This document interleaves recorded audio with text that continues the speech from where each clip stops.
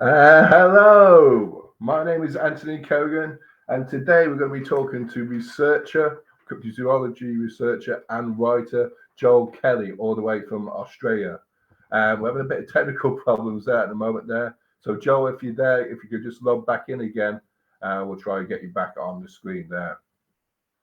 So, today we're going to be talking to Joel about the Yowie, also the Bunyip, and finally the Tasmanian tiger.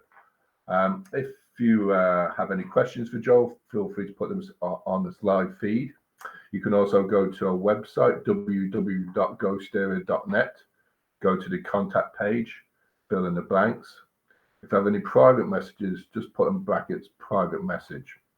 Now, if you're affiliated with any paranormal team or tourist attraction, feel free to name the organization or the group and put in brackets, and we'll give a shout out to you there. Also, hi Joel, back in again if I there. We're also coming live from, apart from here, we're also coming live from our website, www.ghostarea.net, where on the homepage you can see there's a red button saying the GhostÉire Channel. Just click on that and you'll be put forward to the live broadcast, and you also can catch up on past shows and see what is in the future there. Hi Joel, how you doing, bro? I know there might be a bit of a time delay there, but with the questions, but we'll take the time anyway. There's no rush there. So I'm well. Finally, How's folks. yourself? Oh, good. There's also a Halloween mega draw coming up towards Halloween, the 30th of October, and we will be competition where you have an opportunity to win some prizes. But to do so, you have to comment on this show, comment throughout the show there, and you have a chance to enter a Halloween mega draw. I think I've just lost Joel again. So in the meantime, let's see if we can get Joel back on again there. I'm going to run up just briefly what Joel does and what he is there. So as you can see, it was with my pleasure that we greet Australian writer of fiction, memoir, and poetry Joel Kelly onto the show.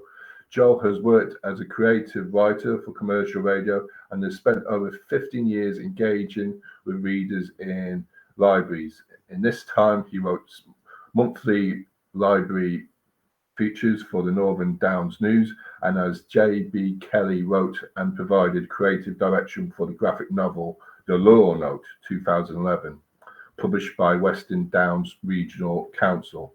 Joel also wrote the short story Outback Australia, published by Boolarong Press in the Outback Anthology of Short Stories 2016. He has a lifelong fascination with the universe, mythology, folklore, and mysterious beasts. He holds a certificate in library and information services, a Diploma of Arts and Literature, a Diploma of Cryptozoology, and is currently studying a Bachelor of Arts in Creative Writing. He lives high in Queensland's Great Dividing Range in Toowoomba, where he tries to balance being a dad with a writing science fiction collection of short stories and a novel exploring the cryptids of the world. Joe, I think coming back in again. Let me see. 3, 2, 1. Okay, we'll try again there, Joel. There. But yes, folks. So we're going to be talking about the Yowie, also the Bunyip, and also the Tasmanian tiger. Maybe you can let us know which creature you would like to go and search for, try and find out, or which kind of creature wouldn't you want to encounter there. Very interesting indeed. So yes, coming up towards Halloween, folks, we've got the Halloween extravaganza, the Wednesday, the 30th of October. We'll be going live from 9 p.m. We'll be going for 5 hours, and we'll be showing the premiere of Old World Order, which will be an investigation at Tarbert Jail that was conducted over a year ago with Pucker Paranormal and also Paragirls.Ireland. So we'll be featuring that investigation on the Halloween Extravaganza 4. And see if Joel comes back in again. Oh, hey Joel, how you doing? How you doing, Bo? I'm okay. We'll get there. I think we're getting there. We're getting there. What I I was going think to this say, connection's better. I Yeah. think the I connection's better. swear it's not the Outback. No, it's probably it could be anything to do. It could be the sun. It could be anything there. It could be just because it's the start of the Premier League season over here and soccer, like so it could be anything to do with that. But anyway, Joe, I'm going to go with the first question. So what? I'm going to talk about the Yowie anyway. First of all, there anyway, Joel, can you tell us what the Yowie looks like, supposedly? Sure. He's look, actually before I go on, can I just, because I'm coming from Australia, can I just make Hmm. an acknowledgement to country?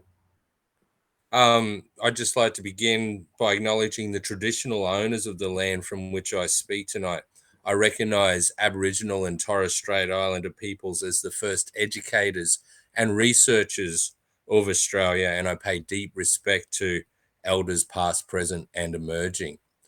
And yeah, to answer your question, the Yowie is one of the very many hairy humanoids or hominids that are Hmm. around the world. So it's from 6 to 12 feet tall.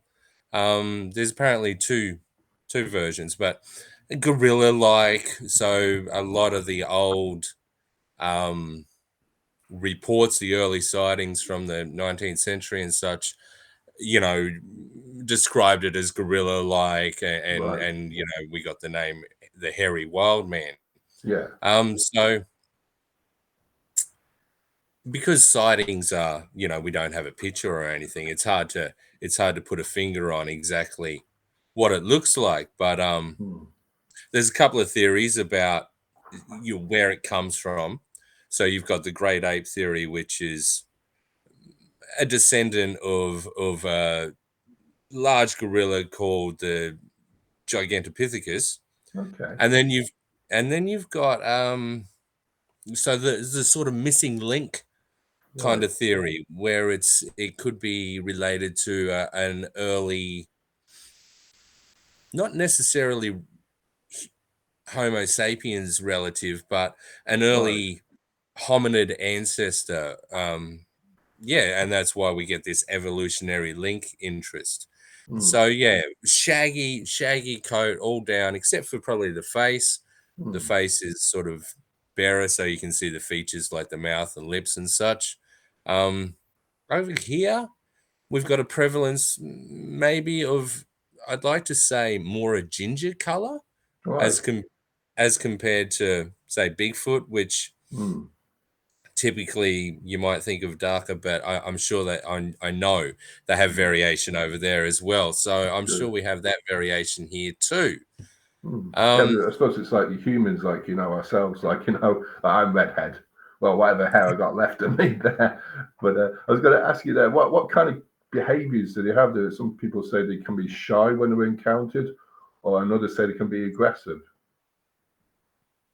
Both, certainly Hmm. both. Hmm. So I think part of the reason why they've managed to escape detection for so long is this seclusive behavior or lifestyle. So they're out there in the deeps of the wilderness when other people don't go. Hmm. So I think if you leave them alone, they are going to be, like you say, shy, and not a threat, really. Yeah. But of course, if you stumble upon one or you get too close to a significant area for Hmm. them, yeah, there's been reports of a guy getting charged down by one in the middle of the forest, Yeah. and even the little ones are bigger than us, 6 foot plus. Yeah. Well, yeah, around 6 foot. So I'm only 5'8", Right. you know.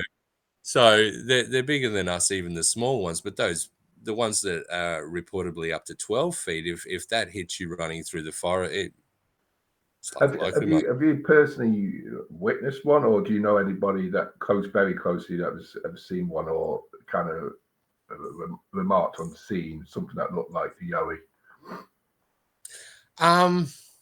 No, I haven't seen one. No. Back in my youth in the 90s or yeah, so my teen years, I guess, we'd stomp around the Redwood Park, which is just down the below the Toowoomba Hill. We'd stomp around there, and I didn't know much about Yowies at the time, of course.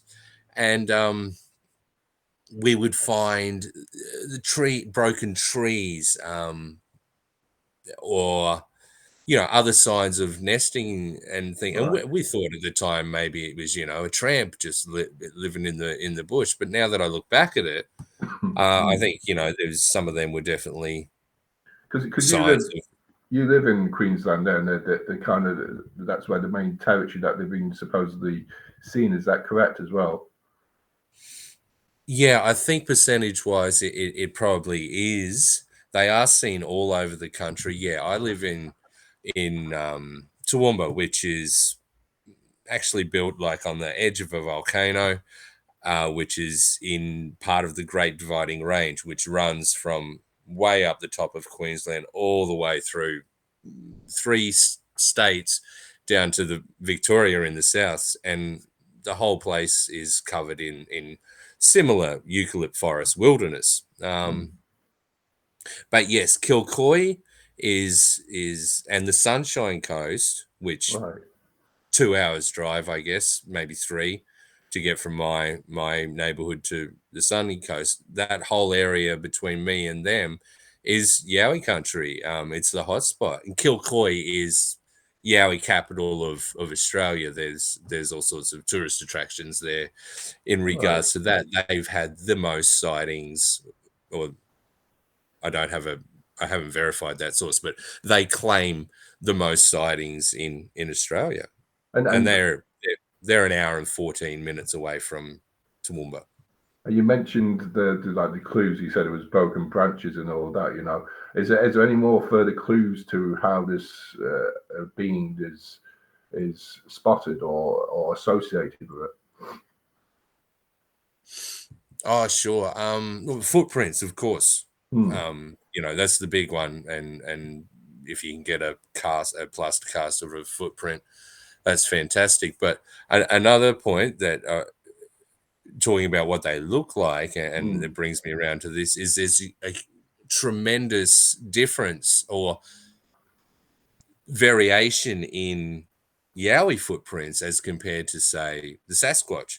Right. Over in Canada and Northern America, there's museums and reputable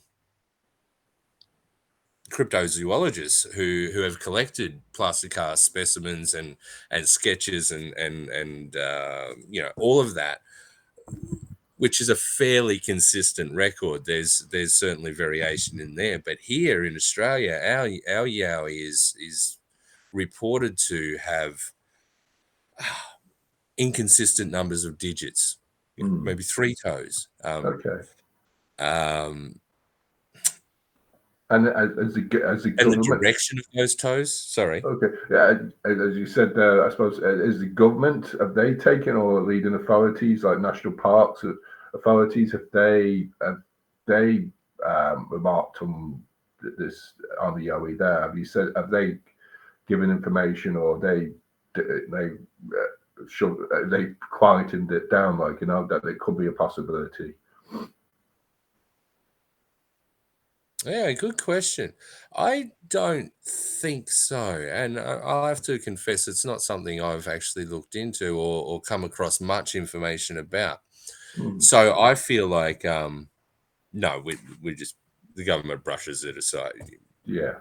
doesn't pay too much attention, as opposed to in right up North America, I've seen a sign which is like Sasquatch in this area. Hmm. you know, beware, don't go to this particular place and such and such. So, they take their reportings a little more seriously. I'm not Hmm. sure the government does anything like that here in Australia, but we do have a leader, I guess, in recording or making a database of that, which is a group called Australian Yowie Hunters. Right. They're they don't hunt them to No. kill, Yeah. obviously, but their website AWR, sorry, Australian Yowie Research has, oh my gosh, all the information that you could get, recorded audio recordings of testimonies, maps, interactive maps of where they are, Hmm. percentage wise maps, a photo gallery, Hmm. yeah, Yeah. historical. It's something that I suppose, like, we're going to touch on about later on, the Tasmanian tiger, and actually bringing it back from being the scientists are bringing it back. So if scientists are able to bring back woolly mammoths, as it's stated there, and the Tasmanian tiger, then you don't know what else they're possibly doing. Do you get what I mean? So the being the yowie, it could still be possibly, we're not can't be deflating what people are seeing and sensing and saying that they've seen them in the outback. If you were thinking of going on a hunt for the yowie, what tips would you recommend to what things to bring or where to travel to? I know you mentioned Queensland there, but what kind of stuff would you need that keen yowie explorers would need? Well, mm, and this helps me clarify. Hmm. I wouldn't call myself an expert at all. There are people out there who are doing what you're uh, leading to there. I'm more literary. My research is from a writing perspective, so a lot of I've just read. But yes, Yowie hunters and groups like that are out there in Queensland, in the outback now, weekly, daily even, Hmm. using trail cameras, um, using infrared cameras. Uh, of course, you certainly you can't go out into the outback without being fully like prepared for uh, Yeah. water and all those sorts of emergency necessities. So would it Um, be like you would probably need like a guide would be very useful there to go on, like somebody who's would one of those kind of people, like. oh yeah, certainly. You don't want to get lost out there. Like, I mean, even the Sunshine Coast hinterland, which is I was saying a real hotspot. Um, that's in between, my inland city and the Sunshine Coast cities. Hmm. You'd think you could walk there over a few days, but you're going to get lost in that bushland, and really the closest thing to a person to find you is probably going to be a yowie. Yeah, yeah, you just don't know what's out there, isn't it? There. Yeah. So, But so, another point, sorry, is there's always two. So oh yeah, keep your eyes open. If you think that you've got the look on a yowie, it, there's probably another one actually watching you watch that yowie. So yeah, certainly keep your awareness up if you're going out there. yeah. It's interesting. I was going to ask you that. Then have they been seen in groups or like they kind of like they're very territorial? Is it just one in one area? I do have a report that I came across from Sugar Mountain. That's okay. I won't go and get the full details, but and it's a historic report from about 1881, Okay, 87, somewhere along there from memory. And I do have that probably okay, handy. yeah. No, actually, I'll come to that in a minute No because worries. I'm not sure where it is. But it's a description of from James Dawson, I believe, who described that up in Sugarloaf Mountain there's a hairy wild. There's someone who looks like a man, but Hmm. he's much bigger. He's Okay. covered in hair. Right. Um, and he eats men and chases the indigenous around the mountain. Right.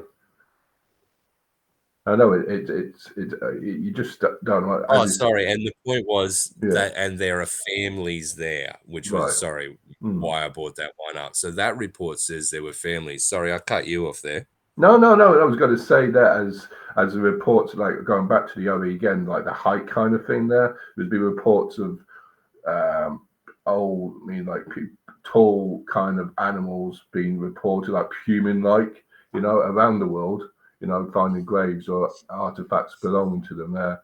Um, so, so you said that is it on frequency? Does it make the news much there? Very much there, the area, or does it like? Is it very? The media don't touch upon it. It's funny. I did have a look at this, and a lot of the information I get comes from news articles and such over time too.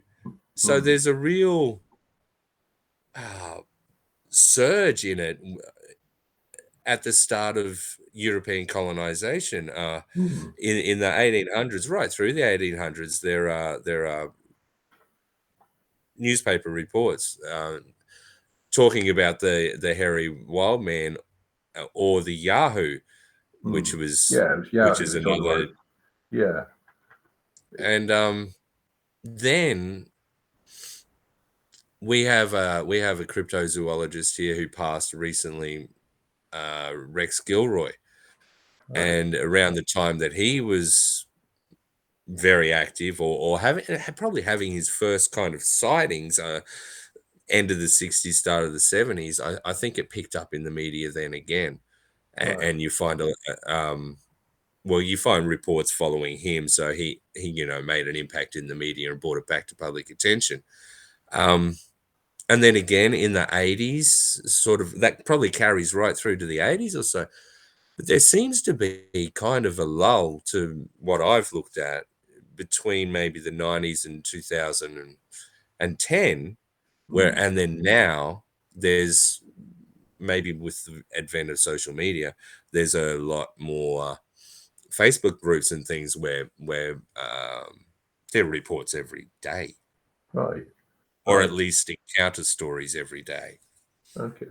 We've got to touch on to the next subject. Be the bunyip shortly there. But if there's anybody watching, I don't know if there's any comments there. There is. I know my wife Jennifer there. But if you're watching, this is your last chance to go into the draw. Or do we know or nobody going into it there? But Joe, you have a chance to go into our draw. They're going to ask you which doorway, as we show on the screen there, which doorway the angry bishop comes out of there. So we've got to give it 3, 2, 1. Okay. Well, we'll come. Well, it'll just be yourself there, Joe. But anyway, that's great because you'll have more chance to win with the prizes there. I have to send it all the way to Australia for you. So we're going to touch on the bunyip next. And then we're going to relate. I'm going to probably one of the last questions. We're going to go into about the terrain that's around where you live there in Australia, that's associated with the bunyip. Um, so first of all, Joel, what made you fascinated about the bunyip? Well, that's probably a good question because the bunyip is um, probably my pet Okay. creature in cryptozoology, or at least an Australian one. Um, when in my middle years of 10, 11 or so, my friends and I thought that we had a bunyip experience. Okay. Right. Now, sometime after that, we put that out of our minds and, went on with our lives or whatever. And I became a collector of books. And probably the first kind of book I got was an encyclopedia of mythology. And so I've always had this kind of real big interest in folklore and mythology. So indigenous folklore is, just rich with not only, morals and laws and all that stuff, but Mm. awesome. monsters and creatures and just a different perspective of that kind of, I'm going to say fantasy, but that's not really the word I want. That kind Mm. of other realm kind of Yeah, thing, like kind right? of, yeah, kind of like So I delving had into, that. yeah, folklore and all that. Yeah, it's all over the world. We've all got different representations of folklore. I mean, I'm talking to an Irishman, so you've got Yeah, rich. we have some unusual entities over here, like, but I suppose on the class of beasts that have been around, I suppose our wildlife hasn't been, it's not as diverse over here, like, you know. Yes, but then yes, it's still a very rich folklore tradition. Just very different perspective of it. Whereas we've got different little people, and I've read a lot of Irish folk tales that are sort of anecdotal. The story of Daniel Donegan, and Mm. the guy who sat on the moon and knocked on. Yeah, okay, I Yeah. won't go. I won't ramble on to that. Um, So yeah, I had this fascination, but I think now, maybe looking Mm. back, it was probably all inspired by this experience I had back in about 1989, Right. where um, I lived on the very western side of Toowoomba, where they were just developing new suburbs, and so we're living in brand new houses, but just beyond just the road there's open paddocks and fields and bushland that we can just traipse around in and have adventures and stuff. So um, eventually that wasn't enough for us, and we had to go further. We wanted to go further, and this quarry was like in the horizon. Mm. Um, so we were headed there, but we never got there because every time we went down there, we got frightened away by Right. this creature in a thicket, if you will. Okay. So I think the first time I heard it was they say the bunyip has a echoing boom, Yeah. or a booming roar. Right. The first time I heard it, it was like a tree breaking. Yeah. I know. And I don't you know if can, notice a difference when there's a tree breaking. I know it's myself during the big storm of, I think it was 2013, when the tree breaks, 200-year-old tree breaks. It's like the sound is just, it's just mad, isn't it? exactly. And Mm. there are reports there of the uh, indigenous stories which say the bunyip's roar can be heard for kilometers. Mm. Um, but anyway, we got scared out of there every time. We look back. Well, we talked about it, and we each had probably a different perception of what we saw or what we thought it was. Mm. And at that time, we didn't know anything about bunyips, except one of us had this book. Right. Okay. Now, this is actually the guy's book. I knew him when we were 10, and somehow this has managed to follow me all my Right. life. I didn't lose it in 30 odd years or something. But anyway, so he knew about bunyips, and I Mm. guess he told us what they were, or put it into our heads that that creature could have been a bunyip. What's the book called again, there, Joel? What's the book there? Yeah, Sorry, because it's called. I've got you reversed on the camera, so I can't see. What's it called Yeah, I again? think I had a choice to not reverse it. That's fine. Um, a boggle of About. bunyips, Oh, right, okay, yeah. and it's by Edel Wignall. But I can send you over a list of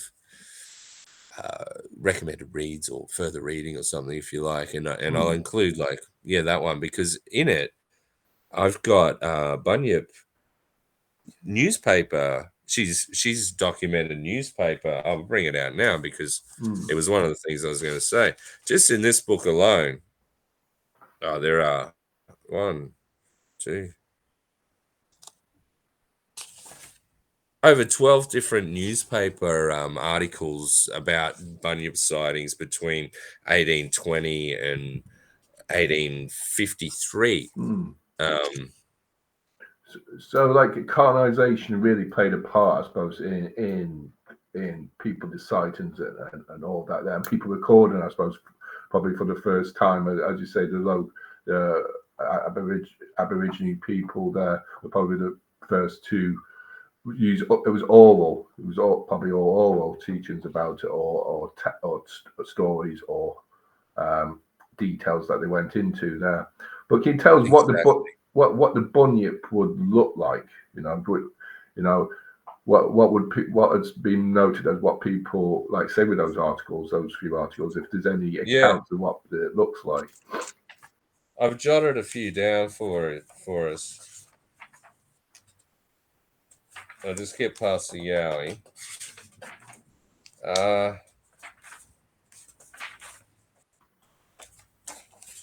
Yeah, sure, I can. So there are many different descriptions of the bunyip, and yeah, those early reportings were probably influenced by indigenous stories in the first place. Like on Hmm. first contact, European people started to hear these kinds of stories about the bunyip, and so when they saw anything different, anything weird, strange, or whatever, they can end up calling it a bunyip. But so Right. the 1849 Melbourne Morning Herald on the 29th of October, the veritable bunyip has been seen at last. We're informed by Mr. Edwards, making a circuit around Phillip Island. His party were astonished at observing an animal sitting upon a bank in a lake. The animal is described as being from 6 to 7 feet long and in general appearance half man and half baboon. Oh, that's unusual. Yeah. Right? They shot at it 5 times and it sprung into the air. On the last shot, it sprung into the air with a contemptuous fling out of the hind legs into the lake. A somewhat long neck, Hmm. feathered like an emu, was a peculiar characteristic of the creature. Yeah. Now, so the baboon, that can almost make you think, did they see a yowie? Yeah. Right? But That's then it. jumping in the water with the legs flinging out is kind of not really yowie behavior. Right. Um, so there's many witnesses around the 1870s in the Great Lakes of Tasmania area, and so they kind of tally up as a creature that was like a huge sheepdog, Right. about the head and about 3 to 5 feet long. And again, in New South Wales, about half as long again as an ordinary retriever dog, Right. hair all over its body, jet black and shining, its coat very long. Hmm. Now, there's other ones up here in Queensland, Dalby, just an hour west of me. Hmm. It had a head like a seal and a Yeah. tail consisting of two fins, a larger one and a smaller one. Yeah, and then again in Queensland, large seal, a very large seal with a beard. Hmm. No one can catch it even when the lakes are low. Do you reckon that these like there could be so many different types of the entity, the being, the bunyip, as in that there could be so many that it's not just one category, that it could be another species of animal or beast. Definitely, Hmm. definitely. Because the So description can be quite the varied. indigenous, Sorry. yeah, so much. There's hundreds Hmm. of different indigenous nations in original Australia. So when we've got stories from 20 different tribes across the state, they they might all be referring to a devil or an evil spirit or whatever, but Hmm. there's no particular reason to conglomerate all of that into one creature. So that one's good, how it does that picture, how it does the seal head. And another myth that I came across, one I intended to read you out, actually described how the bunyip picked up its victim and held him so high that his brother could see him kilometers away. Right. Jeez, that's And so. I was going to say that. So yeah, I I'll know give they you could. that one. Yeah. It's Wignall on. It's the book that I just told you about. Mm. And this story was told by an Aboriginal elder back in 1881 called Morpor. Okay, so long ago, two brothers, one of them so tall that he looked down on everybody, and the other of ordinary size, went to a swamp near Mount William to get swan's eggs. They found I'll paraphrase it. They found a great many and then took them back.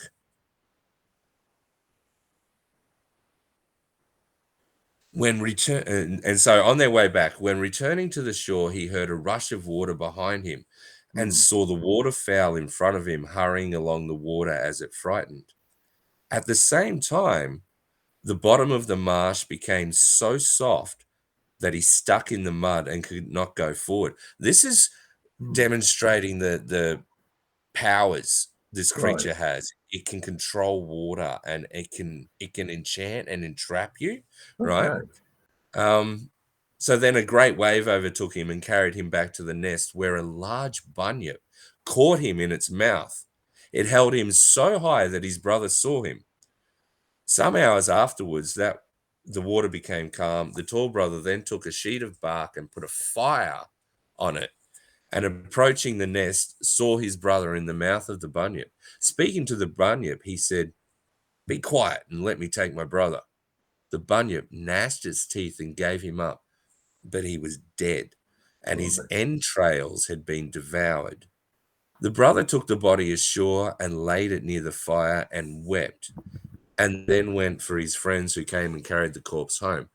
After he'd watched it for 2 days, the relatives put it in a tree for 1 moon and then burned it, with the exception of the leg and arm bones, which were given to friends of the deceased. So you can see there how there's cultural rights in there, like Yeah. someone who's been affected by this particular myth that came from Morpor, who was, does it tell me where he was from? It doesn't actually, just an old chief. Yeah, But it tells what to do if you've been yeah. touched by this evil spirit, this devil, this thing, like how to deal with that dead body. It has to be burnt. Yeah. So You have to take a leg and an arm. yeah, it's like I suppose it's like it's got a kind of spiritual side to it as well, hasn't it? The bunny. I suppose it's like you said, with like vampires, you could say there, leprechauns and all that, with fairies there. There's a sort of side to it. There was, if you encountered it, it could be bad luck as well. Would that be true? Exactly. Yeah, Hmm. taboo. You got to clean up that taboo and get that curse out of your family or your life. Hmm. Um, Yes, there's apparently two types of bunyip, mainly, even though there's that diversity across all those tribes and different cultural rules and laws and morals that are getting imparted through the story, like this one with the shows you the powers. Maybe fire is a deterrent, Yeah, fine. maybe it's showing that as well. Hmm. Even though there's that diversity, there's like when we look at it all, there's kind of a thought that there's two types, Hmm. a benevolent protector of waterways, Hmm. and this one kind of is usually described to as the long-necked emu feathered one, Hmm. and maybe even horsehead. But and then the other type is this dog-headed, seal-faced Yeah. thing, which doesn't seem to be so benevolent. Is probably Because I was going well, if to, you I was want going, I was going to ask you there as well, yeah, because we just touch on it there, like as you said, to. because the bunyip is said to reside in rivers, lakes, swamps, billabongs, and Mm. pits. Apart from the bunyip, are there other kind of creatures dangerous that people might have to be wary of around these areas. So say would like it's been associated, as you said, a seal, you know, it's quite more common, is it? Is the seals, like they say that rogue seals going around and people misinterpret it? Well, I haven't checked that out too deeply, but I can tell you that yes, colonization, one of the trades that people made a living of was the seal trade. It Hmm. was All right. it was extensive in Tasmania. Okay. I couldn't tell you exactly how extensive it was in, say, New South Wales, Hmm. and certainly not in Queensland. But yeah, I do know about it in Tasmania. I know that, it's, seal color. It was brutal, you Hmm. know. So those people knew what a seal was, Right. but the rest of the population living in the, not on a boat, might not so much. So yeah. If you did see one in Sydney Harbour or something, you might have spun out about that. Sure. Yeah, I was going to say Um, that. Yeah. So the bunyip there. So it's does it appear in obviously does it appear in popular literature or fantasy or popular culture like films or even festivals? There's festivals. Is it? I think I saw somewhere there's a festival of the bunyip. Is that true? I think. Or is there a festival in? There's a place I don't called know. I'm Bunyip. gonna have to find out and go and check it out. Yeah. I, I think there's a place called Bunyip. It could be that. I'm not too Is sure it? there. Yeah, there is a place. Yeah, there is. There is a place called Bunyip. But maybe they do something. Hmm. Yeah, Yeah, yeah. yeah, No, I think there is. yeah. Gary said, "Hi, Gary. Hello, Suki Spooks. How you doing, Gary from Ghost Searchers Island? How you doing, bro? Hope you're enjoying the weekend." So I'm going to look at these pictures here, and you can just describe what about them there. They're all from the outback. Is that true, yo? Well, this is from my area where Oh, I live on the Darling Downs. So, yes, this is a new suburban area. Well, not new. It's 10, 15 years old now. But that's how close the bush is in many suburbs hmm, right across that region from here to the Sunshine Coast, and really everywhere you go in Australia from town to town on the highway, the bush is right beside you, and pretty much all of the more modern suburbs and stuff are built, you know, little patches carved out of what was just extensive bushland. So this okay, is a street where my daughter lives actually, and I was there this morning, and I was just like, yeah, this is Mount Peel right. in Westbrook, but this is a street in Westbrook that just comes to this little verge, and then bang, go you can go and get lost on Mount Peel. It's mad, isn't it? It's mad. We have some places like that in Ireland, but it doesn't go probably extensive as that, you know. And this is the kind of environment where these creatures are secluding, Hmm. if they are. Yeah. And I'm just going to go on to the next picture here. So this would be the next one. Um, can you tell us about this area? Is this in Queensland as well, where you live? Yeah, again, so just at the top of Toowoomba, so Westbrook was on the western end, Hmm. the last one we just looked at. This is the eastern end of Toowoomba, looking towards, say, uh, Brisbane, Sunshine Coast. And really, this is the landscape between, yeah, 2 hour drive, Right. 3 hour probably if you go into the Sunshine Coast, which was the Yowie hotspot that I was talking about, Okay. but only about an hour and a half if you go into Kilcoy, the Yowie city. But yeah, this landscape all the way, and it's just mountains and eucalypt forest, and some of it's so dense you probably couldn't walk through it. The Hmm. undergrowth and things like that. It's wild bushland, but it's right behind us. It's everywhere we look. It's all over the place, Right. and a lot of that is, I mean, and that plays a significant. impact on this whole development, like you asked about the popular culture of Bunyip, Mm, this fear of the environment, or this looking at it as a strangeness or an other, mm, this alienating effect that the environment has on the people who inhabit Australia, that flavors these stories of bunyips and yowies, and strange calls in there are some strange calls in the bush, in the Australian mm. bush. As you said, like you hear the sound of them there, and can the be sound be mistaken for some other animal? I forget what's is it being mistaken for the long, is it an Australian bitten marsh bird, something That's like it. that, the Yes, roaring sound. I was trying to think of the bird then for a minute too, but Mm, well done. Yeah, that one. Yeah. I haven't heard that bird myself, to be honest, but it's claimed to be, or likened to be, the closest to like the yowie roar, or those kind of noises that people associate with these monsters. There's plenty of right. other like the black cockatoo with the red tail. I think it's called the glossy black cockatoo. It has a mournful song itself, Right. a mournful cry that if you hadn't heard before, you'd be quite taken aback. And this picture here, would this be close as well, close by, or is this Mm. really further in?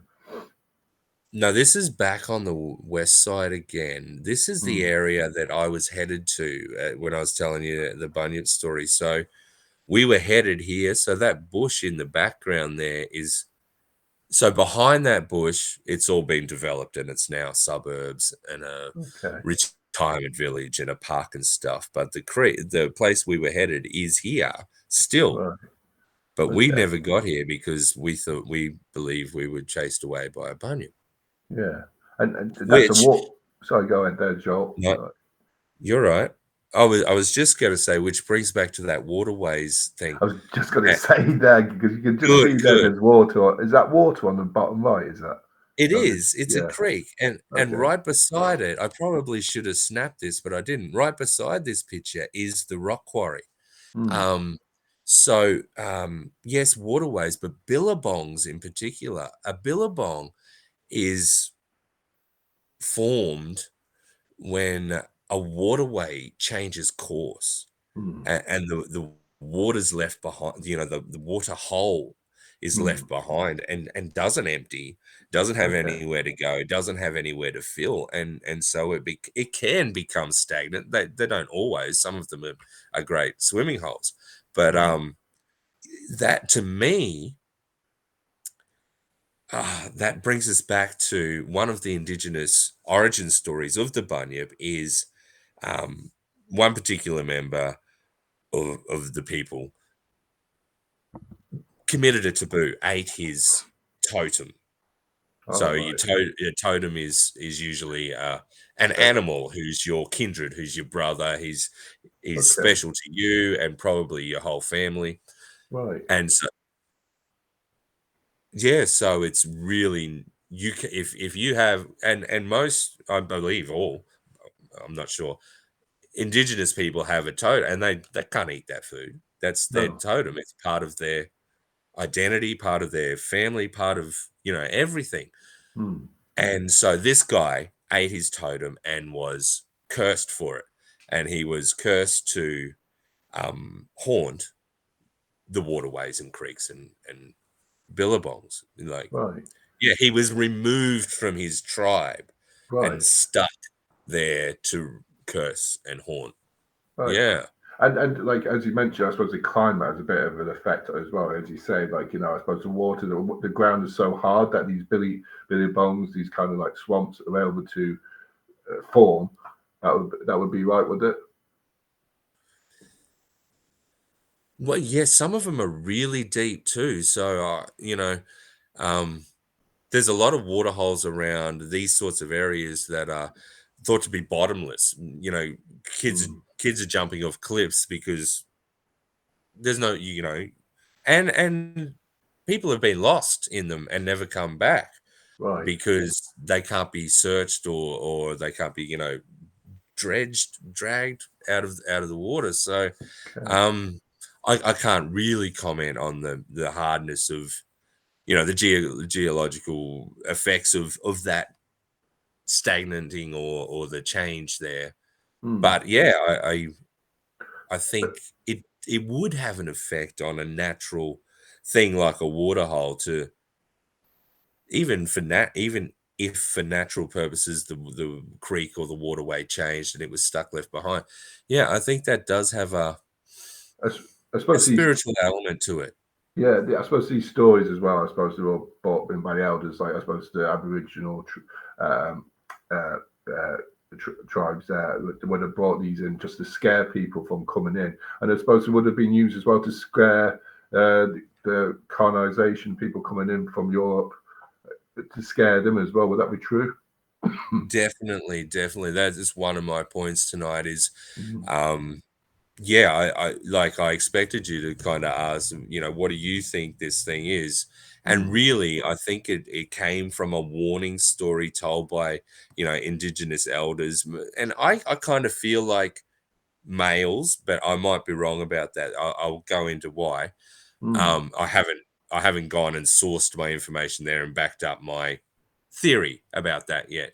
But I think it's a male's indigenous story to keep mm. women and children Yeah, away from because I was thinking that away it's something from to do with women and children, isn't it? it has a fondness for them apparently. Yeah, Bunyans, like its choice of prey is indigenous women and children. right. So that lends me to the belief that it's a warning story, to keep those people, women and children, away from the secret men's business that might go on around that sacred space that could Yes. be that particular billabong. And then, Yeah. of course, that gets transferred over to the colonists. Mm, We don't want you there. There's a bunyip there. mm. It's Yeah, true. that's a very plausible theory. It's like the Hellfire Club over here. We've got stories of the devil frequenting the Hellfire Club, but frequenting on the land. So it's a kind of way of stopping the normal people, the normal gentry or country people there from coming close to the building because the devil's there. I suppose it's different and it's kind of similar in all different kind of cultures, but which is interesting.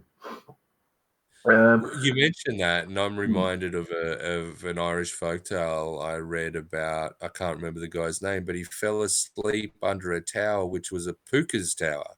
hmm. Yeah, and that caused him all sorts of, bad fortune.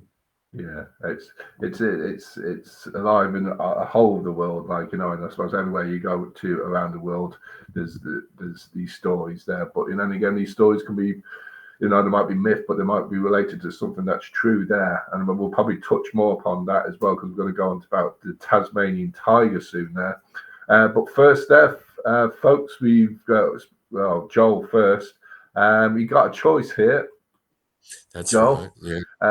You got a choice to pick out which colour doorway you think the angry bishop's going to come out of. Is it going to be either? Well, I've got a bit lost here. So, is it which colour do you want to pick there, Joel? Sorry, green, I'm gonna blue, go red, or brown. what? Is that orange? Is it? I'm not sure. I was gonna call it sepia, and then I went brown. Yeah, maybe Okay. I'll do the off-colored one. The bottom right one anyway. Yeah, we'll go for that Yeah, one. So we'll see if yeah. the angry bishop will come out of that doorway there later on in the show. So we're going to touch now onto the Tasmanian tiger, which is a very interesting story to it there. Can you inform us about the Tasmanian tiger, Joel? What it looks like and its background before it came extinct? Sure. The Tasmanian tiger, I'll admit, I had to go and do some research on for this show, because I probably only knew as much as the average Australian person about it. That it had the stripes on its back, it had this incredibly yawning Yeah, maw. It could yeah, really open up like this, right? and it went extinct. But oh my gosh, what did you do to me? Sending me in to look about this opened up a can of worms that, oh wow, what a story and what a tragedy. I know, Yes, yeah. so there's a whole history to it, and I do have my notes and stuff, but one of the things about Australia that's I guess important to this whole story is that we have marsupials. We Mm, actually, I think, New Guinea and Australia are the only countries in the world that has all three types of mammals existing together, and that's marsupials, monotremes. So marsupials, pouch yeah. rearing creatures, monotremes, creatures, I should say mammals, monotremes, egg-laying mammals, and Okay. Euthur- euth- Euthurian placental mammals. Okay, so one carries the baby full time in the womb and then releases it out. Like Does all the ourselves. nurturing inside itself. The mammal, the placental, um, the marsupial releases this baby at a really underdeveloped moment, and Right. then it's in this pouch Okay. for the last so much of its gestation. And Right. then your monotremes, which lay eggs to and that's the big difference.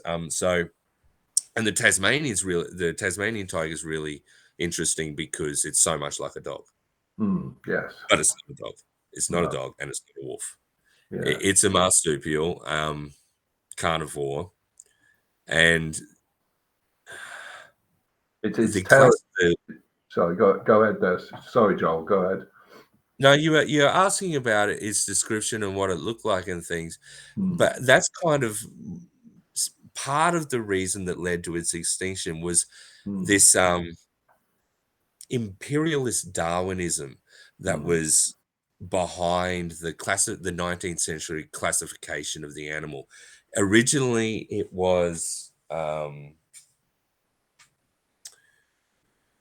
in a different classification. It wasn't until I need my notes for this. No One worries there, second. Joel. Yeah, it's an There's a interest. lot of dates and So they were carnivorous. That's right. Yeah, and yeah. yeah, and what was it they ate? Was it accounts of them, terrorizing humans? Oh, okay. Yeah, I can answer that off the top of my head, no problem.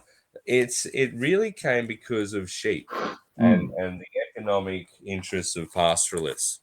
So yeah, I'm just going to go without my notes because even though I thought I organized them really well to be able to just boom, boom, boom, I'm just not. So I'm just going to go from memory. Yeah, the classification went through a lot, and it was informed by colonists mm, who observed and wrote letters back to the big man of science in Britain.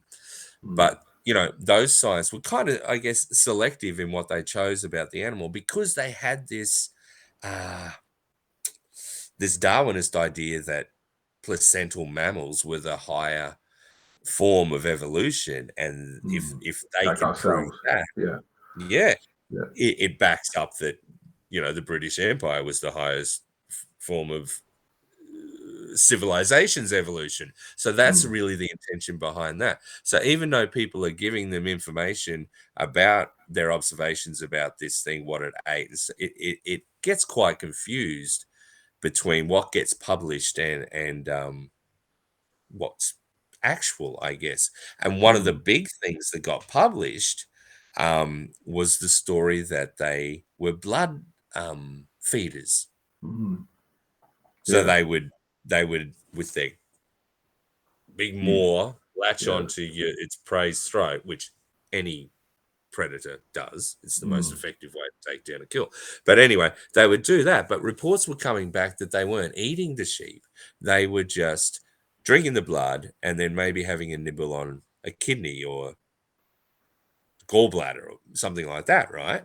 And right. so the pastoralists, which was a major economic interest for British civilization being in the region in the first place. So the pastoralists had this kind of oh, we better make it up to you. We better prove ourselves over here, right? Yeah. So they're doing it on the sheep's back. It was one of their biggest industries over there in Tasmania, here in Queensland, everywhere. Australia really made its colonial start on the sheep's back.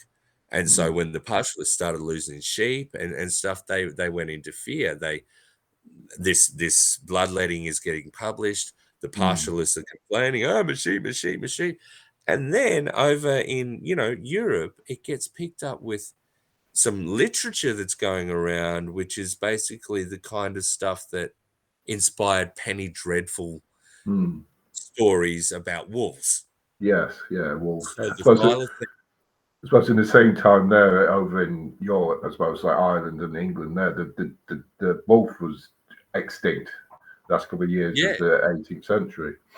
right, right. Well, yeah, that probably, I don't know, were they hunted much? That Oh, that yeah. may have had, yeah, Oh, they were hunted, yeah. So they probably thought it'd be the same for the. They thought as it well that they was. could do this to the The people Tasmanian just got tiger. scared.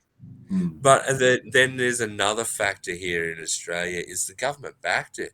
They paid everybody from 1889 to about 1906. I might have those dates slightly wrong, but about a 22 Mm. year period. They paid you for every thylacine carcass you brought in. Mm. And so there are photos of, an old shack in the bush, and on the wall he's got 8 different thylacine bodies just waiting to go to the government inspector so he can get his pay for the next, Mm. live off that for 6 months in the outback. Yeah, and like these animals there, obviously there's a lot of fascination with them at the moment there because there reported to be their sightings as well recently. There, do you reckon most of it could be fake news though? Do you reckon, or do you reckon that there's actually credible accounts that people are actually witnessing and seeing this animal in the outback? Oh yeah, I doing the reading and research for us, yeah, for sure. Mm. There's a book right here. I like to show books because I'm a librarian.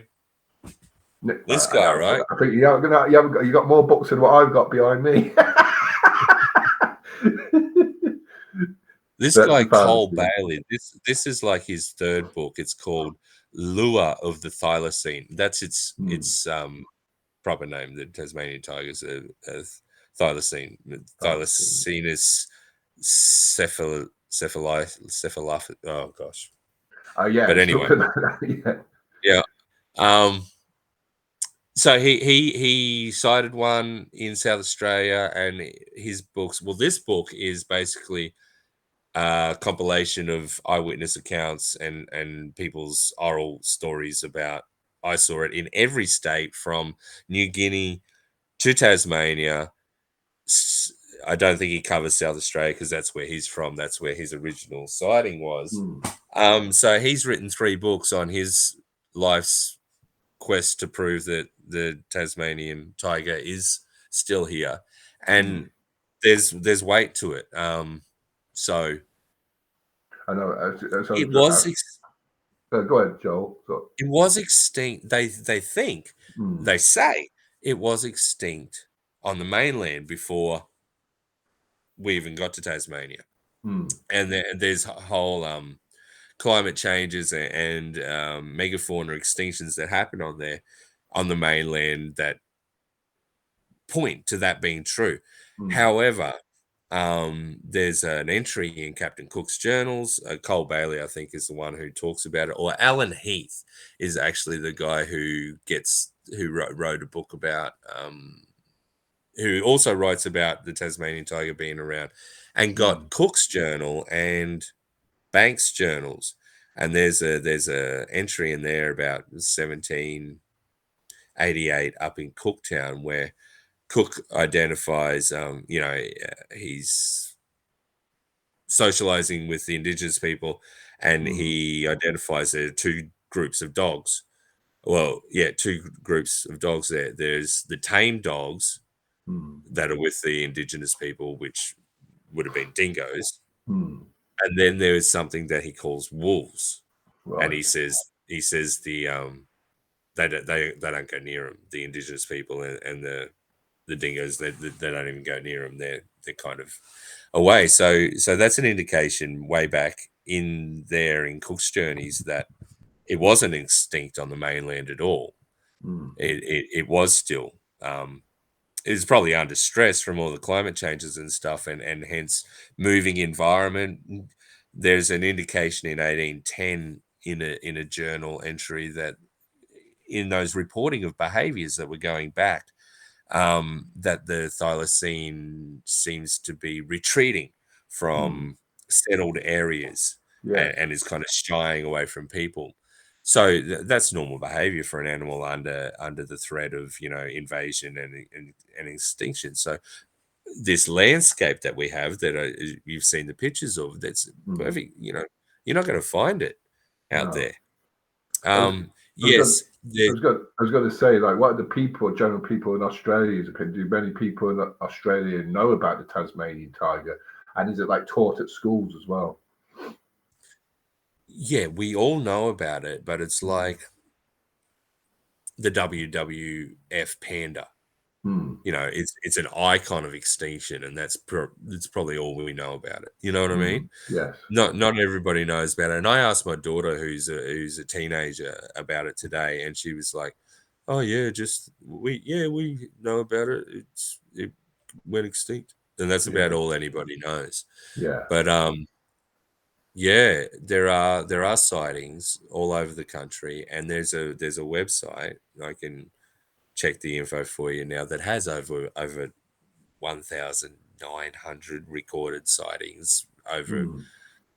the last 50 years, or I don't even have the correct Yeah, I think there's. time I think I've got it here. Like, there's actually been reports there. Was it that even up to up to 2019? I think it was about 100 reports. Was it 8 confirmed reports and sightings in Tasmania between 2016 and 2019? Now, would be interesting, I suppose, if it was different people seeing it at different times, like in around probably the same area. Um, and there's probably more sightings recently, I think. Yeah, and that seemed to be a Tasmanian figure that you just Mm. gave. Yeah, There's Tasmania. another one. There's another one for the whole country, Mm. which is, I'm sure, quite a lot more. Um, so yeah, I really do give weight to it. I do think so, and even our leading cryptozoologist on the Yowie has gone on the hunt for the Tasmanian tiger as well. Mm. Um, he has admitted, at one stage, that a lot of reported sightings are probably are just feral cats, Mm. but we also have a phenomenon over here called phantom cats or alien big cats, which Okay. are you Right. know um, a circus train over tips in the outback, and a bunch of lions get out, That and could they don't happen. all Yeah. get rounded up. Yeah. And there's stories all over places like Melbourne and oh, so there's panthers. We have phantom panthers all over the place because the American GI Joes had panther mascots, and Okay. they could get them from Southeast Asia to here, Right. but Yes. they couldn't take them home to America, so they just let All them right. go in the bush. Yeah. So yeah, it can happen. People do see these animals that are out of Yeah. their normal habitat. So I was just going to say that. So what we're on about? They're on about reintroducing the thylacine back because there's a company in Australia that are genetically recreating the DNA, and they're actually doing the woolly mammoth as well at the moment. So they're thinking about what they are doing at the thylacine as well. What are your thoughts on that there? I heard that the thylacine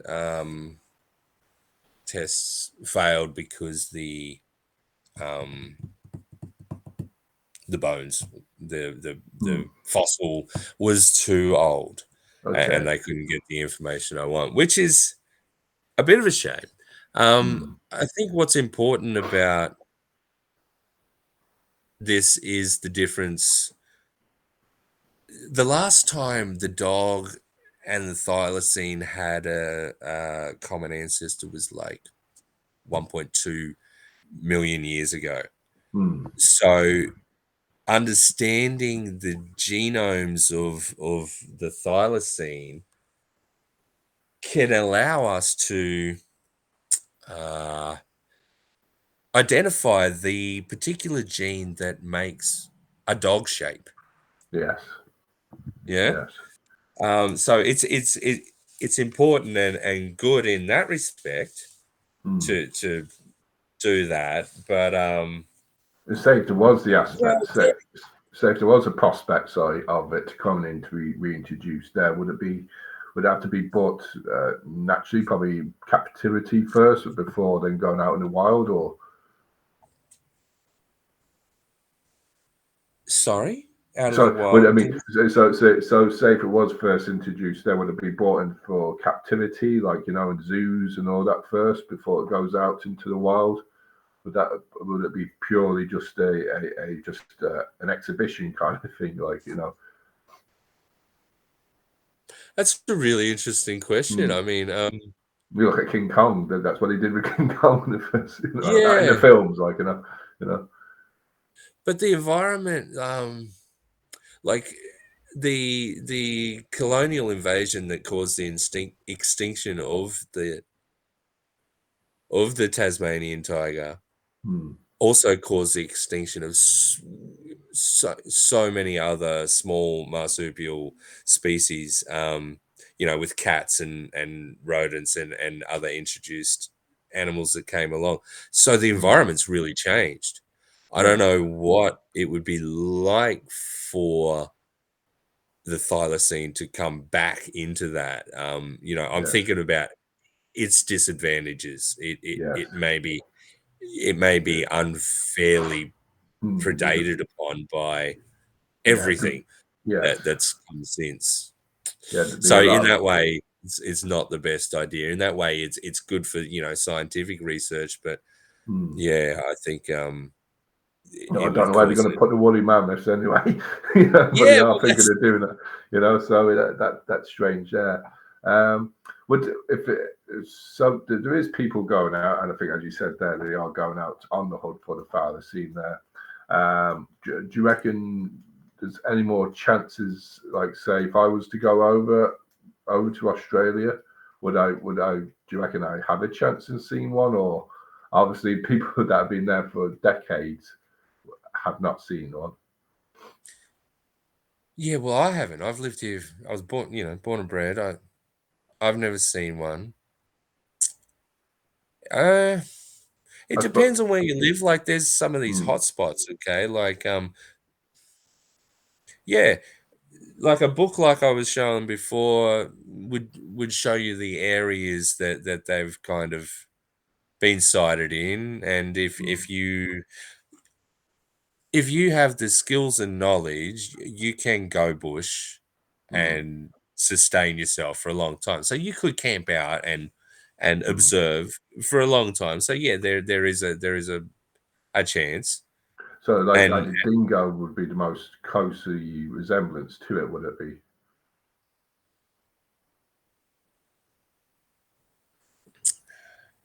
Or like a yeah, kangaroo, you a could say as dingo is well, like quite a bit a larger. wallaby. W- Hmm. One of the reasons they argue that a dingo had something to do with the extinction on the mainland, because dingoes never got to Tasmania, Yeah, that's what I was going to right? say about the dingo. Yeah, so go on, Joel. So, in the Holocene, 12,000 years ago, the sea levels rose. Before that, the continent and the whole planet went through a whole bunch of stuff. Like 42,000 years ago, it is a thing called the Lachamp excursion, where the magnetic poles of Earth reversed, Right. and that had an effect of basically having no magnetic shield for a long time. Hmm. Um, and so there's cooling and drying and ion radiation constantly Hmm. coming into the planet, which caused this huge buildup of clouds, which led to vegetation drying up and dying, and disease in the large herbivores of the country, the big megafauna, Pleistocene Mm. fauna. Okay, so that as they died out, what was left sort of changed to a much smaller kind of animal. You had to adapt. Waters further apart, so you had to be able to travel. You had to Mm. adapt. The prehistoric kangaroo, the Procoptodon, walked like a T-Rex. It's Right. Yeah. 250 kilogram kangaroo, Jeez, you yeah. know, 12 foot high, 250 kilogram, walk like a kid. It can't travel too far to get to No. water. So our Mm. kangaroo adapted this bouncing, Mm. All right? right. Okay. To get quickly across the country to get to new water sources. So our Okay. our, our modern day kangaroo survived while that giant thing didn't. Right. So a lot Mm. of that sort of stuff happened. These bigger animals died out, and the smaller ones adapted and thrived. And the thylacine was a case like that. Mm. And there's evidence to say that the females dwarfed during the Mm. Holocene period, our sort of period 10,000 years ago till now. Mm. There was a dwarfing in the size of the thylacine in females, Mm. which, so an argument in the Tasmanians, or well, in the extinction, is dingoes couldn't handle thylacine. They're much bigger. Their bites are much Much huger. bigger. Yeah. Right, right. But if these dingoes are pack hunting Mm. and deliberately predating the females, if they can't reproduce at a rate higher than that, that's a Mm. major impact to the extinction. So that's sort of what happened there. Yeah. So yeah, there's a whole argument about the size of the thylacine and could it take on a dog or a dingo, and is a dingo the closest to it? And that argument was that dogs are scared of dingoes. 99% of dogs are scared of, thylacines. The 1% that isn't is Mm. stupid, Mm. right? Yeah. Um, but then we have this story on the mainland where the extra brain capacity, apparently, the placental mammal dingo has Mm. allowed it to pack hunt Mm. on and choose the prey, pack hunt Mm. on the birth giving women of the enemy species. That led to the extinction over there. Okay. So I think if you're spotting them, probably a large feral cat Yeah. or a smaller dog is the size you're looking for. If you're Smaller looking at dog. it, something the size of a panther or a Yeah. lion that's got out, no way. It's so much too big. Yeah. But It's. Sorry. Go ahead, the Joel. the descriptions back in the 19th century were that it was about the size of a regular retriever dog or a collie. Mm. Actually, do you have border collies in Yeah. Ireland? Oh, yeah. Yeah, Definitely. Yeah. So that yeah, kind of about the size. size of a border collie Yeah. is what they said back No, in the day. it's interesting, and it's Tasmanian type. It'd be great to see because you see the old black and white video footage. I think it was 1936. I might be wrong when the last Tasmanian tiger died. So we're approaching nearly 100-year anniversary. Um, Yeah, but that's true. it'd be fascinating if they do be brought back. But as you said, there, it's probably just for their own scientific purposes as well. Joanne says, "Hi, sorry I'm late doing taxi. How's everyone? How are you doing, Joanne? Seekers of the Afterlife. How are you doing?" Um, so yeah, we're going to come to the prize. So we're going to go see if Joe is right there. Um, I'll leave it up to you there, Joe. Should I open this up to somebody else as well to see? Yeah, should I? All right. So Definitely, whoever's watching definitely. now, if you're there, Joanne, go on, pick a color between red, orange, green, and blue. If you're there. And then we'll see which colored doorway the angry bishop comes out of. So you picked orange, that's right, Joel. And Yeah, I don't think yeah. Joanne's.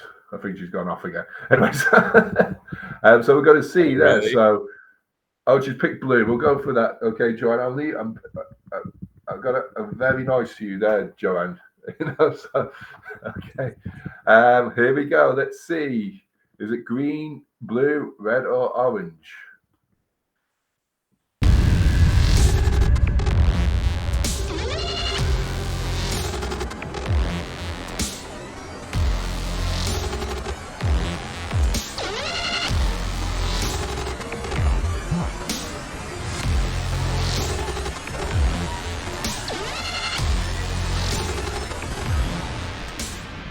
Coming out now. Any second now. Ah, no, it's red. God, there's not many people are winning. Oh my God. So it was red there. Sorry, Joel. Sorry, Joanne. After all of that there. Joel, we're just going to go and talk Oh well, I about never win much. Yeah, yeah. I suppose, you know. Hey, And I'll just say I did find that. Yeah, go ahead, Joel.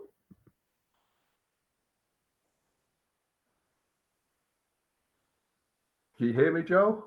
Oh yeah, I did find that database. Yeah, I found that database for Hmm. the Yeah, go on. Tasmanian thylacine sighting record database. I've got 1,223 quality rated and geolocated thylacine observations from 1910 to 2019. I might have got that number wrong, but yeah, over Yeah. 1,200. Yeah, so that was between 1919, did you say, Joel?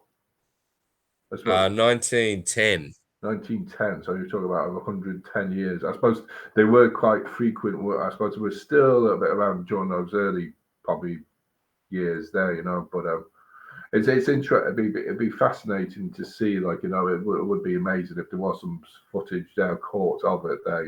I know there was a debate there the last month there or so on a site. Whether it was CGI or AI produced there. Or was actually some sort of jointed. Replica mannequin they were using of well, mannequins, not mannequin, replica of some sort of prosthetic kind of animal they were trying to move around and do kinds of things with there, But it is a fascinating subject. We've got the books here, there, Joel. Can you tell us, are they still available to buy? I'd say, yeah, it would, but they'd be out of print. They're a little bit old now, and they probably didn't make it out of Queensland. So, yeah. Oh well, that one's in the National Library. I suppose Okay. the other one is as well, but no, I think trying to buy them, they weren't a big print run. And So, what have you got lined up for the future yourself there? well, yeah, most of the research for this chat tonight came from stuff I'm doing for a book on cryptids, but not just Australian. I'd probably be like, just recently I've been reading about the Namibian flying snake. Oh, right. Yeah, And it's obviously, is that in basically Namibia, is it? yeah, yeah, yeah, and some other. It's not in Berlin or Germany or something like that. I don't know. Wait, no, No, you never no. know. Somebody might leave one there. Well, what's that about? Is it? It's another myth. But it's kind of like the bunyip. Like Yeah, it's basically a dragon. It's right, like a 20-foot long snake that glides through the air, hurls itself down mountains, breathes smoke out of its nose, smells like tar.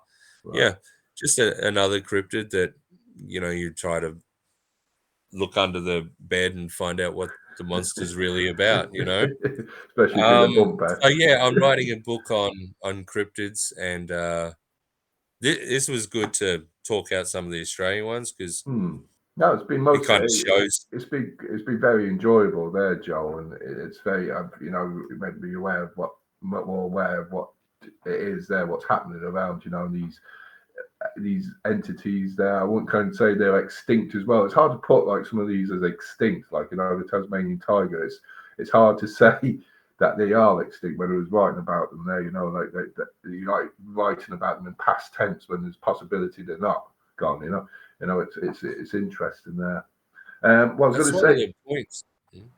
Oh, that's one of the points of Mm, cryptozoology. So it's got a wide scope, and these three creatures kind of demonstrated that. Like the yowie is a creature whose existence isn't proven. mm, Um, so that's one of the aspects of the scope. The bunyip is a creature from folklore, or a mm, creature whose existence seems impossible. mm, So that's another thing that we try to look at. And the Tasmanian tiger is a creature whose survival is mm. unsubstantiated. So, yeah, That's it. that's Yeah. that's another aspect of the whole field of cryptozoology right there. Yeah, it's like, yeah, as I said, at least they've known there's definitely records that the Tasmanian tiger existed, but the other two Exactly. they're not too sure of there. Joanne says, apologies if the question has been answered already, but do you think humans have manifested these creatures into existence?